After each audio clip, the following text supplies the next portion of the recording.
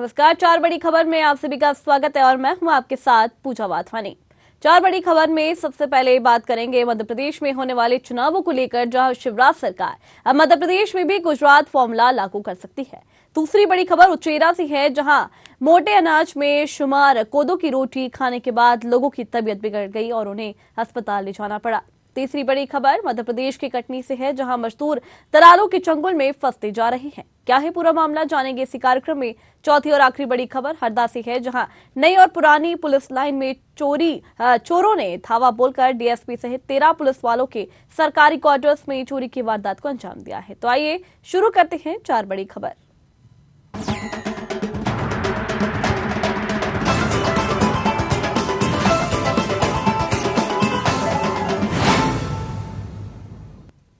चलिए शुरू करते पहली बड़ी खबर से, जहां मध्य प्रदेश में विधानसभा चुनाव को देखते हुए भाजपा आंशिक पर शिवराज सरकार में गुजरात फॉर्मूला लागू कर सकती है। ऐसा करके एंटी इनकम्बेंसी कम करने की कोशिश की जाएगी। इसमें उन मंत्रियों को हटाया जा सकता है जिनका परफॉर्मेंस ठीक नहीं है। शिवराज सरकार का तीसरा और अंतिम मंत्रिमंडल विस्तार और बड़ा फेरबदल फरवरी के अंतिम सप्ताह में होने की संभावना है, क्योंकि 25 फरवरी तक भाजपा की विकास यात्रा निकलेगी। 10 से 12 नए चेहरे मंत्रिमंडल में शामिल होने के संकेत है। मंत्रिमंडल में फिलहाल 4 पद खाली हैं। माना जा रहा है कि मौजूदा मंत्रियों में 9 से 8 की छुट्टी हो सकती है, जिसके साथ ही बड़े पैमाने पर मंत्रियों के विभागों में फेरबदल हो सकता है। तो ये है आपके सामने पहली बड़ी खबर, जहां पर मध्य प्रदेश में विधानसभा चुनाव को देखते हुए भाजपा आंशिक तौर पर शिवराज सरकार में गुजरात फॉर्मूला लागू कर सकती है। ऐसा करके एंटी इनकम्बेंसी कम करने की कोशिश की जाएगी, जिसमें उन मंत्रियों को हटाया जा सकता है जिनका परफॉर्मेंस ठीक नहीं है। शिवराज सरकार का तीसरा और अंतिम मंत्रिमंडल विस्तार और बड़ा फेरबदल फरवरी के अंतिम सप्ताह में होने की संभावना है, क्योंकि 25 फरवरी तक भाजपा की विकास यात्रा निकाली जाएगी। बता देगी 10 से 12 नए चेहरे मंत्रिमंडल में शामिल होने के संकेत हैं। इस खबर पर ज्यादा जानकारी के लिए हमारे साथ संवाददाता कृष्णा शर्मा हमारे साथ जुड़ गए हैं। कृष्णा, देखा जाए तो मध्य प्रदेश में भी गुजरात फॉर्मूला अपनाने की यहाँ पर आशंका जताई जा रही है, तो क्या लगता है किन किन मंत्रियों को हटाया जा सकता है? की विकास यात्रा मध्य प्रदेश में निकलेगी और विकास यात्रा ये 5 फरवरी से लेकर फरवरी के अंतिम सप्ताह तक और उसकी तैयारियों को लेके मुख्यमंत्री शिवराज सिंह चौहान अधिकारियों के साथ, मंत्रियों के साथ 1-to-1 चर्चा कर रहे हैं जी। और जिस तरह से देखा जा रहा है कि जब विकास यात्रा समाप्त होगी उसके बाद मुख्यमंत्री शिवराज सिंह चौहान अपने मंत्रिमंडल में फेरबदल कर सकते हैं, ऐसी संभावना जताई जा रही है, क्योंकि कुछ मंत्रियों का परफॉर्मेंस बहुत ही कमजोर है और मध्य प्रदेश में एंटी इनकम्बेंसी है। 2018 में भी इसी तरह से सरकार कांग्रेस के पास चली गई थी और जनता ने कांग्रेस को बहुमत दिया था। तो इस आधार पर यह कहा जा सकता है कि 2018 को देखते हुए मुख्यमंत्री शिवराज सिंह चौहान अपने विकास यात्रा के बाद एक बड़ा फैसला ले सकते हैं और मंत्रिमंडल में फेरबदल कर सकते हैं। जिन मंत्रियों का परफॉर्मेंस कमजोर है उनको हटाया जा सकता है। 6 से 8 ऐसे मंत्री हैं जिनको हटाया जा सकता है और नए मंत्रियों को रूप में नए चेहरे विधानसभा में दिख सकते हैं। तो कुल मिला के 10 से 12 चेहरे नए हो सकते हैं, क्योंकि अभी भी 4 पद खाली है मंत्रिमंडल में। तो यदि 8 चेहरे हटाए जाते हैं और 8 नए भर्ती की जाती हैं तो कुल 12 चेहरे होंगे और 12 नए मंत्री बन सकते हैं। हालांकि उन्हें काम करने का ज्यादा मौका नहीं मिलेगा, वो सिर्फ 6 महीने ही काम कर पाएंगे, क्योंकि उसके बाद चुनाव है। तो निश्चित तौर से जो एंटी इनकम्बेंसी है वो कम होगी और जो गुजरात का फार्मूला है कि नए चेहरों को ज्यादा तवज्जो देना, वो भी शामिल हो जाएगा। बिल्कुल, तो ये जितने भी मंत्री हैं, तो क्या सिंधिया खेमे से ये मंत्री हो सकते हैं? देखिए, खेमा कोई नहीं है। बीजेपी कई बार कह चुकी है कि खेमा सिर्फ एक ही है बीजेपी का। सिंधिया खेमे के भी हो सकते हैं और इधर के भी हो सकते हैं।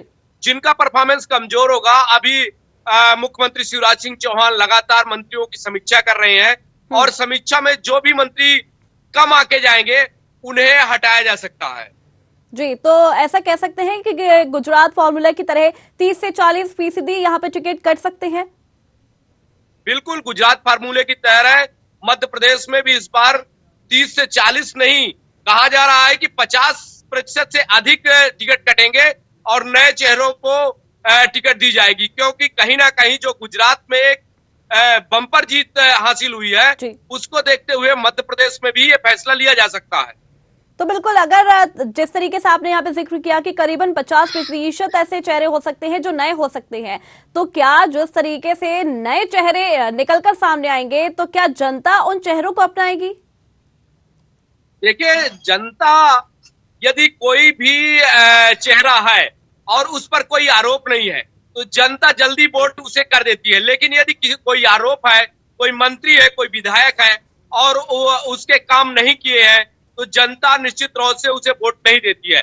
इसलिए बीजेपी गुजरात फार्मूले की तरह मध्य प्रदेश में भी नए चेहरों को तवज्जो देने जा रही है।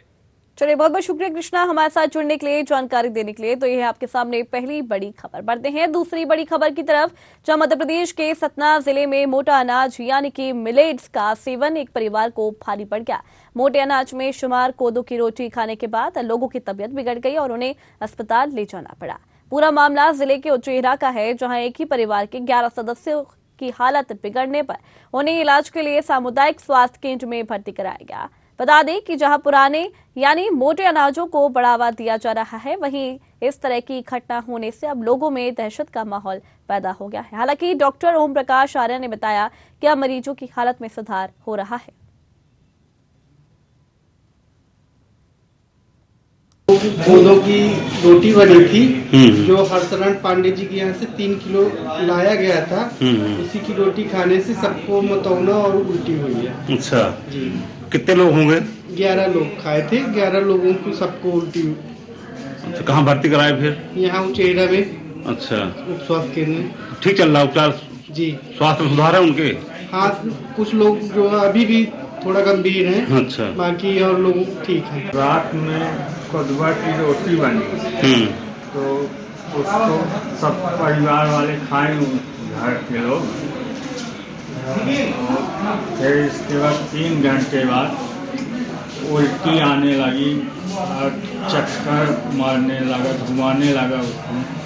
फिर करीब 11-12 बजे रात में ज़्यादा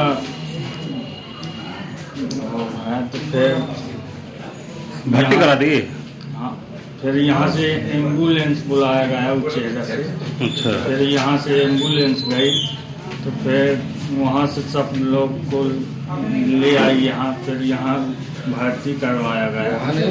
कल रात में इमरजेंसी ड्यूटी थी। कल तकरीबन रात में 2:30 बजे करीब ग्राम पिथौराबाद से तकरीबन 11-12 लोग उल्टी, पेट दर्द और चक्कर की शिकायत लेकर मेरे पास उपचार हेतु आए। जानकारी में पता चला, बताने वालों ने बताया कि ये कल इन्होंने जो है कोदो का जो चावल होता है उसकी रोटियां खाई थी, उसके बाद से इनको ये समस्या उत्पन्न हुई। मेरे पास उपचार के लिए आए, इनका उपचार मैंने किया और उपचार के उपरांत लगभग सभी का स्वास्थ्य सुधार अभी है और अभी भी कुछ लोगों का उपचार चल रहा है, उनमें भी स्वास्थ्य में सुधार है। अभी सही भर्ती हैं? अभी कुछ लोग भर्ती हैं, अभी बाकी लोग जो है उनकी छुट्टी हो गई है, उनको आराम मिल जाएगा। 1-2 लोग और बचे हैं, संभवतः उन्हें भी आराम मिल जाएगा। नहीं मिलेगा तो आगे की कार्रवाई की जाएगी। इस खबर पर ज्यादा जानकारी के लिए हमारे साथ संवाददाता रविशंकर पाठक हमारे साथ जुड़ गए हैं। रविशंकर, मोटा अनाज यानी मिलेट्स का सेवन एक परिवार को भारी पड़ गया, कहाँ से उन्होंने ये मोटा जो अनाज है वो खरीदा था?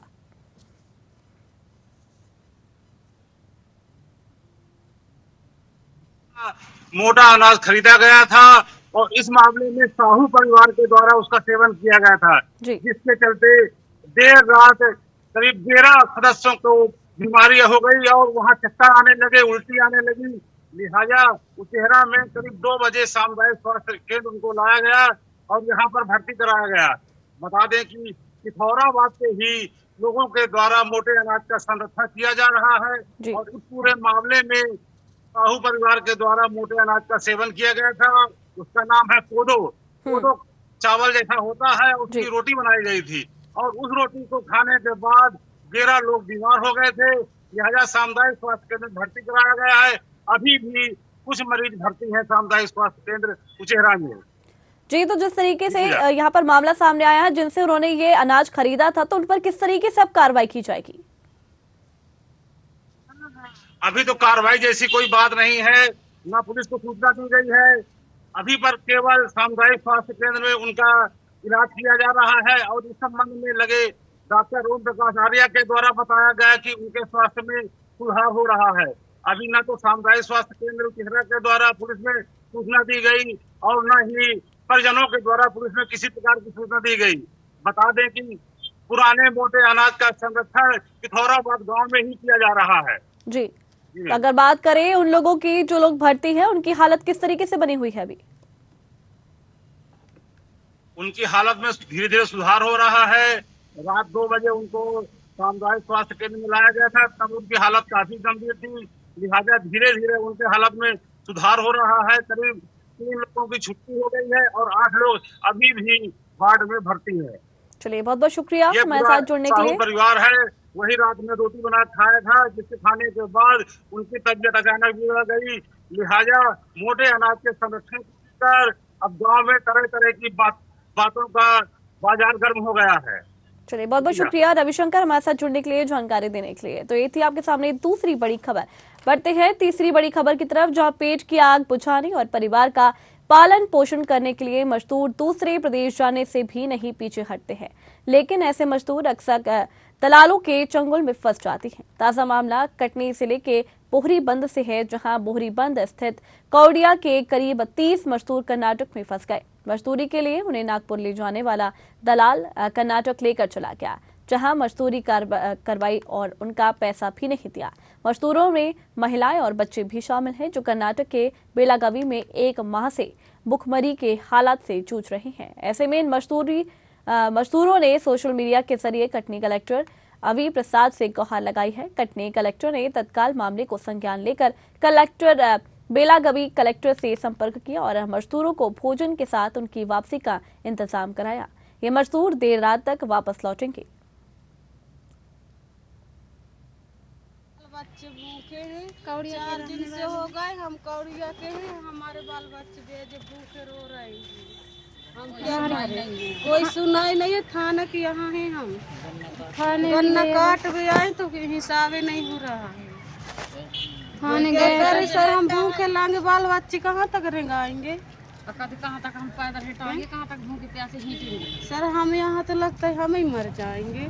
आज सूचना मिली है और इसी के संबंध में माननीय विधायक बोहरी बंद भी यहाँ पर चर्चा के लिए मेरे पास आए हुए हैं। इसमें सूचना ये मिली है कि स्लीमनाबाद तहसील के कौड़िया गांव के लगभग 28 लोग, जिसमें 5 बच्चे शामिल हैं, वो महाराष्ट्र गए थे गन्ने से संबंधित कृषक कार्य करने के लिए और फिर वहाँ से उनको कर्नाटका ले जाया गया है। तो सूचना आने पे तत्काल मेरे द्वारा कर्नाटका के बेलगावी ज़िले के कलेक्टर श्री नितेश पाटिल जी से बात की गई और हम लोगों ने इनको छुड़ाने के लिए समस्त प्रयास शुरू कर दिए गए हैं। वहाँ के जिला प्रशासन के साथ कटनी जिला प्रशासन समन्वय कर रहा है और जैसे ही हमारा संपर्क इन हमारे कटनी के नागरिकों से होता है, हम शीघ्र उनको वापस लेकर आएंगे। सर, यहाँ से कोई टीम रवाना की जा रही है कि जैसा मैंने आपको बताया, जिला प्रशासन बेलगावी हमें संपूर्ण सहयोग दे रहा है और उनको वापस लाने की समस्त व्यवस्था जिला प्रशासन कटनी द्वारा की जाएगी। सर, यहाँ पर उनको लाए कोई रोजगार व्यवस्था भी करवाई? जी हाँ, समस्त प्रयास किए जाएंगे कि दोबारा इस प्रकार की पुनरावृत्ति ना हो। इस खबर पर ज्यादा जानकारी के लिए हमारे साथ संवाददाता जाहिद हुसैन सिद्दीकी हमारे साथ जुड़ गए हैं। जाहिद, देखा जाता है कि हर साल ऐसे मामले सामने आते हैं जहां पर प्रदेश से बाहर जाकर मजदूर काम तो करने जाते हैं, लेकिन उन्हें कहीं और ले जाया जाता है। हर साल ऐसे मामले सामने आते हैं, तो आखिर ये मजदूरों का पलायन किस तरीके से रुकेगा?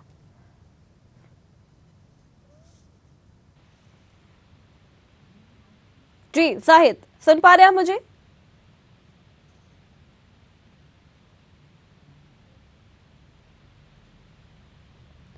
चलिए एक बार फिर उनसे जुड़ने की कोशिश करेंगे। तो जिस तरीके से यह मामला सामने आया है, बता दें आपको कि पेट की आग बुझाने और परिवार का पालन पोषण करने के लिए मजदूर दूसरे प्रदेश जाने से भी पीछे नहीं हटते हैं, लेकिन ऐसे मजदूर अक्सर दलालों के चंगुल में फंस जाते हैं। ताजा मामला कटनी जिले के पोहरीबंद से है, जहां पोहरीबंद स्थित कोड़िया के करीब 30 मजदूर कर्नाटक में फंस गए और मजदूरी के लिए उन्हें नागपुर ले जाने वाला दलाल कर्नाटक लेकर चला गया, जहां मजदूरी करवाई और उनका पैसा भी नहीं दिया। मजदूरों में महिलाएं और बच्चे भी शामिल हैं, जो कर्नाटक के बेलागावी में 1 माह से भुखमरी के हालात से जूझ रहे हैं। ऐसे में इन मजदूरों ने सोशल मीडिया के जरिए कटनी कलेक्टर अवी प्रसाद से गुहार लगाई है और कटनी कलेक्टर ने तत्काल मामले को संज्ञान लेकर कर्नाटक बेलागावी कलेक्टर से संपर्क किया और मजदूरों को भोजन के साथ उनकी वापसी का इंतजाम कराया। ये मजदूर देर रात तक अब वापस लौट आएंगे। तो ये है आपके सामने तीसरी बड़ी खबर, जहां पेट की आग बुझाने और परिवार का पालन पोषण करने के लिए मजदूर दूसरे प्रदेश जाने से भी नहीं पीछे हटते, लेकिन ऐसे मजदूर अक्सर दलालों के चंगुल में फंस जाते हैं। ताजा मामला कटनी जिले के पोहरीबंद से है, जहां पोहरीबंद स्थित कौड़िया के करीब 30 मजदूर कर्नाटक में फंस गए। मजदूरी के लिए उन्हें नागपुर ले जाने वाला दलाल जो है वो कर्नाटक ले चला गया, जहां मजदूरी करवाई गई और उनका पैसा भी नहीं दिया गया। मजदूरों में महिलाएं और बच्चे भी शामिल हैं, जो कर्नाटक के बेलागावी में 1 माह से भुखमरी के हालात से जूझ रहे हैं। ऐसे में इन मजदूरों ने सोशल मीडिया के जरिए कटनी कलेक्टर अवी प्रसाद से गुहार लगाई। कटनी कलेक्टर ने तत्काल मामले को संज्ञान में लेकर कर्नाटक बेलागावी कलेक्टर से संपर्क किया और मजदूरों को भोजन के साथ उनकी वापसी का इंतजाम भी कराया। ये मजदूर देर रात तक वापस लौट आएंगे। तो ये है आपके सामने तीसरी बड़ी खबर।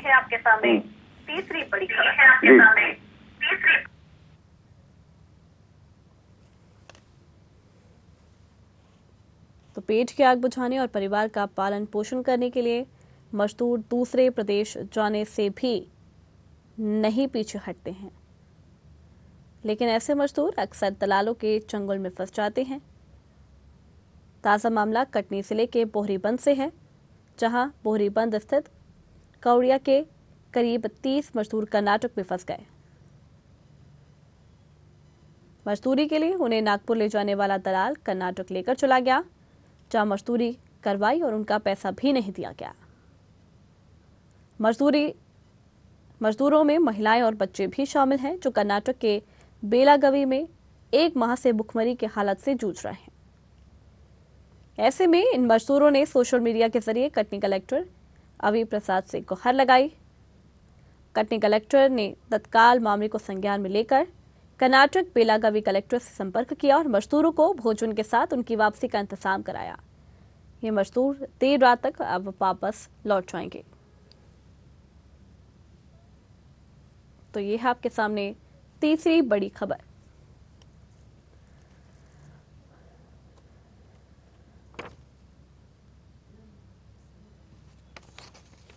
चलिए एक बार फिर रुक करेंगे संवाददाता जाहिद हुसैन सिद्दीकी का। जाहिद, जिस तरीके से मामला सामने आया है कटनी में, लगातार ऐसे मामले जो है लगातार हम देखते हैं कि हर साल कुछ मजदूर जो है प्रदेश के बाहर जाते हैं काम ढूंढने के लिए, मजदूरी ढूंढने के लिए, लेकिन उन्हें दलालों द्वारा फंसा लिया जाता है और दूसरे देश ले जाया जाता है, दूसरे प्रदेश ले जाया जाता है। तो आखिर कब इन मजदूरों का पलायन रुकेगा?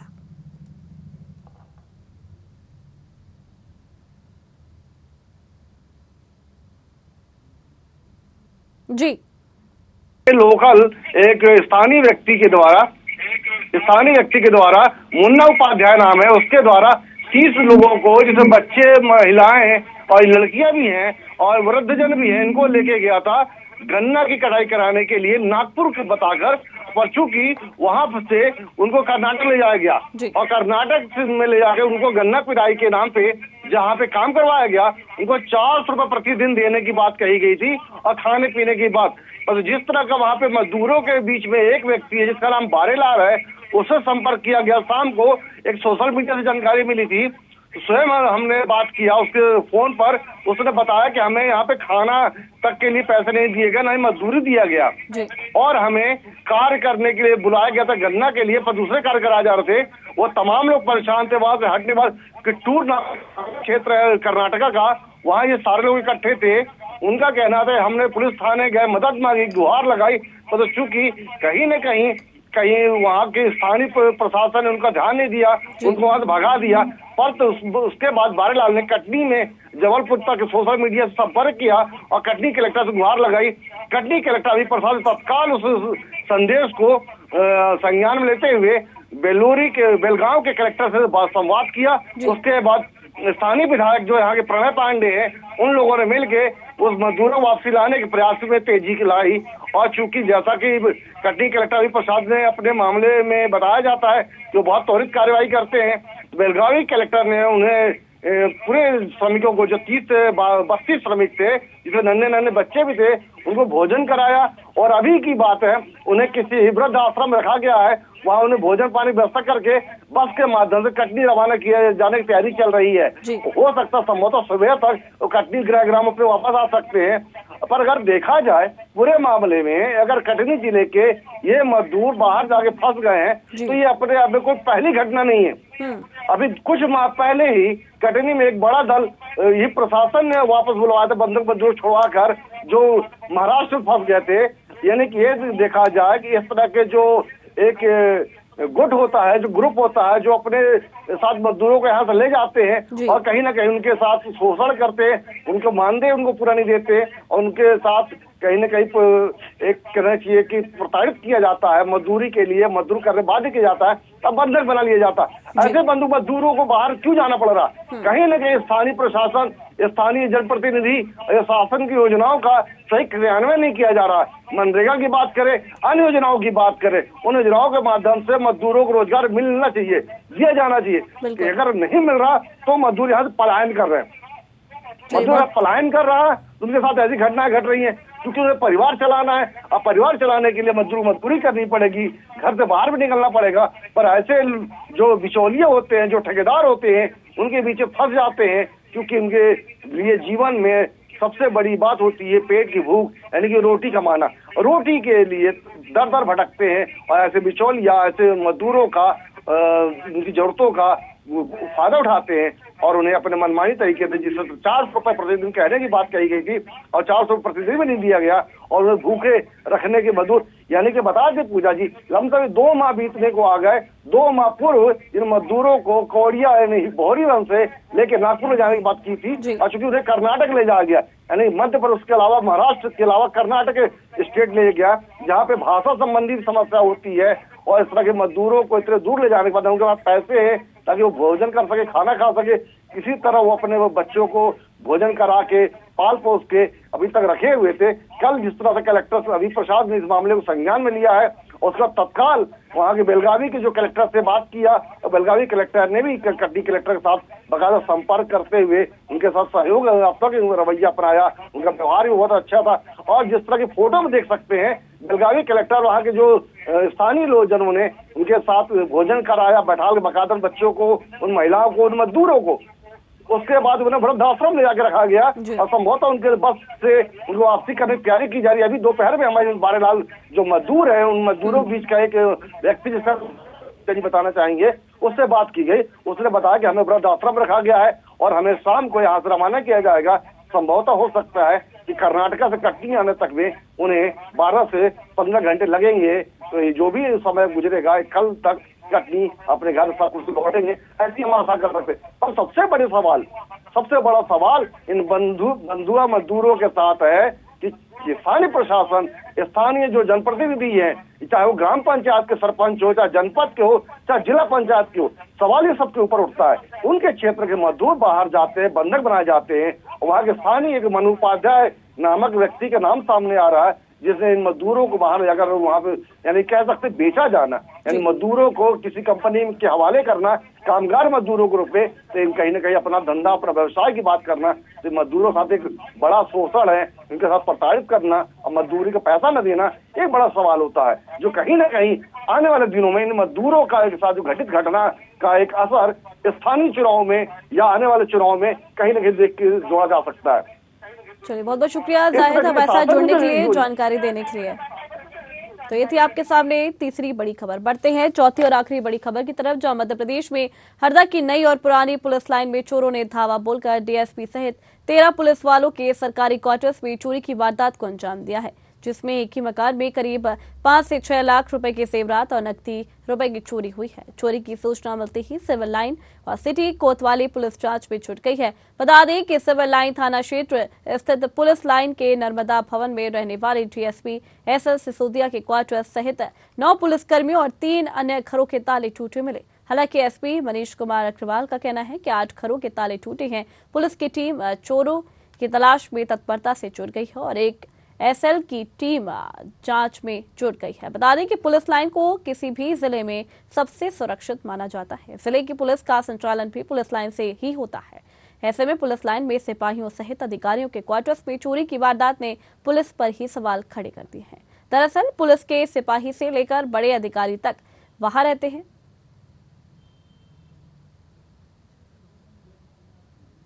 जगह निशाना बनाया है उन्होंने, करीब 8 जगह उन्होंने सिर्फ आले तोड़े हैं बाहर से, जो मैंने उनका स्पॉट देखा है, लेकिन उन घरों में प्रवेश नहीं किया है।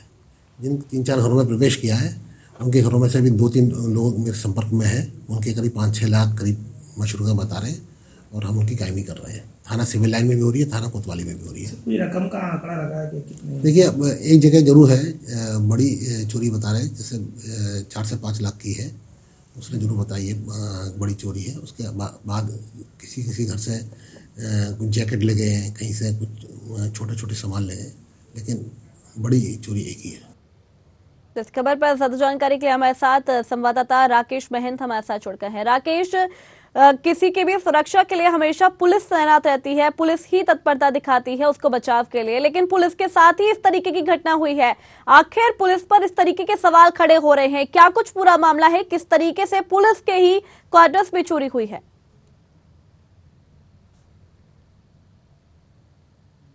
इस लाइन का जहाँ पे हजारों पुलिस वाले रहते हैं, उसके बावजूद भी चोरों ने वहाँ धावा बोला। ये जो घटना है 26 जनवरी की रात की है, जब पुलिस वाले सभी अपने परिवारों के साथ अपने घर गए हुए थे। उस समय मकान पूरे खाली हुए थे, तो खाली मकानों पे चोरों ने धावा बोला है। इस पे जब इसकी सूचना पुलिस थाने को दी गई है, तो सिटी थाना एवं सिविल लाइन थाना दोनों थाने से टीआई आए और उन्होंने जांच करी। जांच के साथ डॉग स्टाफ और एसटीएफ टीम में जांच जुटी हुई है। इस घटना में 2 चोरी बड़ी बताई जा रही है, बाकी चोरी जो है वो चुटपुट चोरी बताई जा रही है। चलिए, बहुत बहुत शुक्रिया हमारे साथ जुड़ने के लिए, जानकारी देने के लिए। तो ये थी आपके सामने चौथी और आखिरी बड़ी खबर। दीदी आपके सामने 4 बड़ी खबर। अगली बार फिर मिलेंगे 4 नई बड़ी खबरों के साथ। तब तक के लिए देखते रहिए न्यूज़ 8। नमस्कार।